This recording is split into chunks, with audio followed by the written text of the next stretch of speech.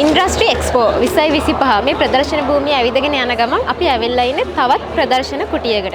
මාතික නිෂ්පාදන මාතික ප්‍රොඩක්ට් අධිපතිතුමිය අපත් සමග ඉන්න ඔබතුමියගේ නම කියමු මුලින්ම.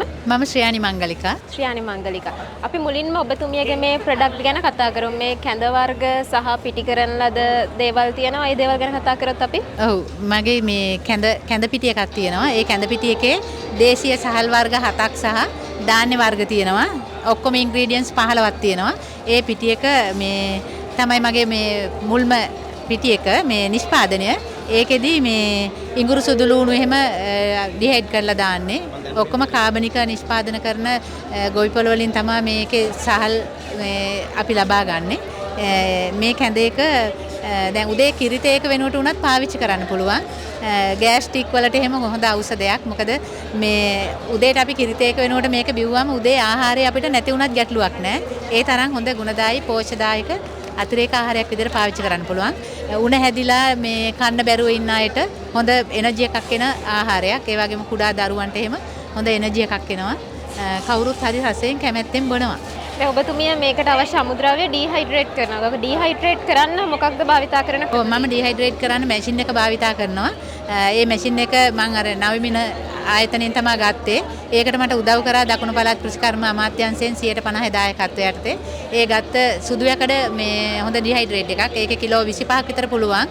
ඇත්තටම මේ කරන්ට් එක උනත් එච්චරම ලොකුවට යන්නේ නැහැ. පැය 5කට වගේ ඒකක දෙකක් වගේ යන්නේ. ඒ නිසා මේ මට හරි පහසුයි මේ ඒ ඩිහයිඩ්‍රේට් එකෙන් මේ වැඩ කරන්න. ඒක ගත්තට පස්සේ මම තව අමතර නිෂ්පාදන දෙකක් කරන්න ගත්තා. ඒකත් තමයි මේ මඤ්ඤොක පිටි එක. මේක මම ඩිහයිඩ්‍රේට් කරන්න ගත්තේ මේ ඩිහයිඩ්‍රේට් එක ගත්තට පස්සේ ඊට පස්සේ මේ මඤ්ඤොක එක මම ඩිහයිඩ්‍රේට් කරලා මඤ්ඤොක පිටි එක හදනවා. ඒ වගේම තව මේ දියුල් පිටි එක කරන්න ගත්තෙත් මම ඒ ඩිහයිඩ්‍රේට් එක ගත්තට පස්සේ. ඔව් ඒකෙන් පස්සේ මේ අලුතෙන් නිෂ්පාදන දෙකක් කරන්න ගත්තා මම. ඔව් දැන් ඔක්කොම නිෂ්පාදන 5ක් තියෙනවා මගේ. මොනවද අනිත් නිෂ්පාදන මේ තුන අරනකොට? කුරක්කම් පිටි එක තියෙනවා, කිතුල් පිටි එක තියෙනවා.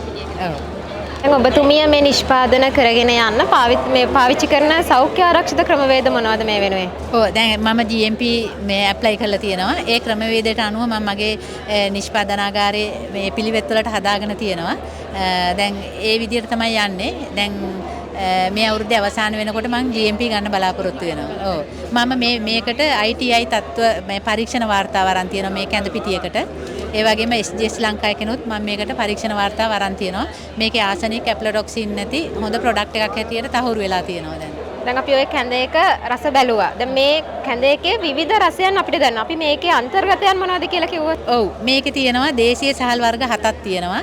සුවඳැල්, කුරුළුතුඩ, පච්ච පෙරුමාල්, කළු හීනටි, බටපොළෑල්, මාවී, රන් කහවණු තියෙන වී වර්ග ටික තියෙනවා. ඒ වගේම මෙනේරි, තනහා, ලෝලුහාල්, වෙදමුම්, කුරක්කන්, කිතුල් පිටි, ඒ වගේ සුදු ලුණු ඉඟුරු ඒ වගේ ඒවා සියල්ලම මික්ස් කරලා තමයි මේ කැඳ එක හදලා තියෙන්නේ.